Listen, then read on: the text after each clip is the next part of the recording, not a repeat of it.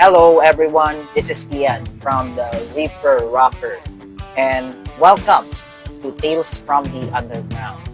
On this episode, mag-artist feature tayo at i-feature natin si Vanilla Ikanami, isang cosplayer slash rock artist. Aalamin natin ang kanyang musika. So, if you're excited to watch this video, don't forget to subscribe to my channel and follow my social media accounts. Tara! Vanilla Ikanami is a gravelcore band.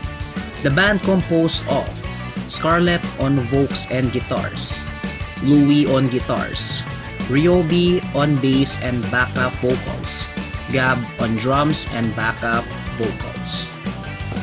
The band had performed in different gigs in Metro Manila, and recently they have released 2 new singles.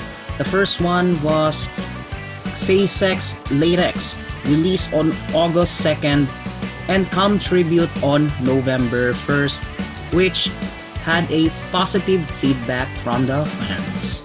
So yun, na-discover ko ang music ni Vanilla Ikanami sa social media. So, since nga na nag-a-attend ako ng mga cosplay events, sali ako sa mga cosplay groups, and so on, yun nga, sinuggest lang to ni FB sa akin at all of a sudden na-drop by ako sa kanyang page. So, nakita ko yung mga music niya, yung mga pinagagawa niya, and it really caught my attention, especially yung kanyang music. So, I'm excited to share this music to you, and let's go ahead and check out her music. Recording. 3, 2, 1.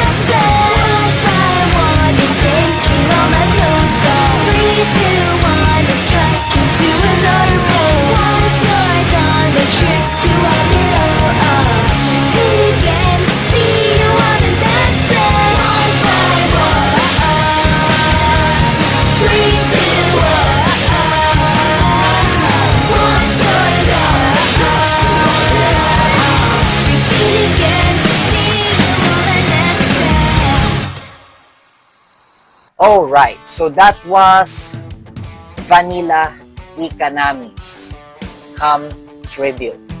And masasabi ko sa kanyang musika ay napakaganda. Ang cute ng kanyang boses. yung kanyang genre is marirange ko sa rock, pero papunta siya dun sa easy core na genre. And actually, yung how the sound delivers is may similarity siya kay Maybe Thursday, no? Yung isa siyang easy core rock from Marikina, and currently wala sila, hayato sila. So yun nga. So going back dito sa artist na to, yun yung parang similar sound na naririnig ko, no? Ang cheery ng vibe, ang ganda ng kanyang boses, ang cute ng boses niya.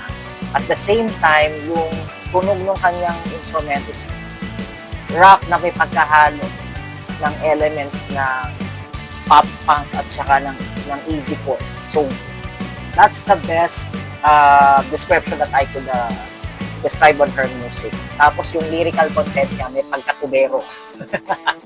Well, if you're going to analyze the lyrics itself, no, maano nyo yung talagang magpagka-double meaning ng kanyang music. But overall, it's a good listening experience at talagang solid siya.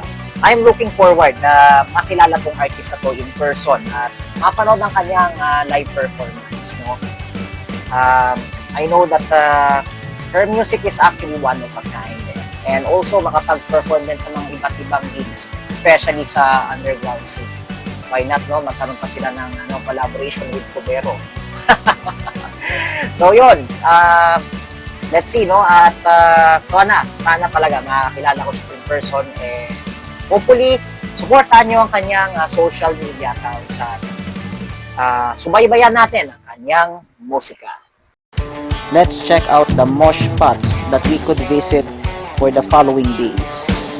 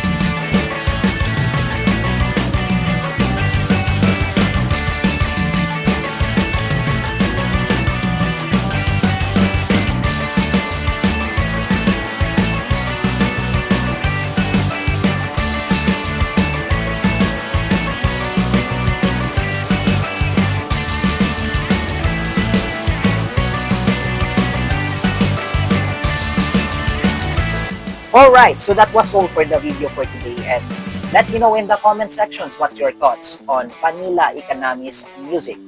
Feel free to comment down below, and if you like this video, don't forget to send a thumbs and consider subscribing. Magkita-kita tayo sa susunod na episode ng Tales from the Underground. This is Kian, signing off. Rock on, Pilipinas!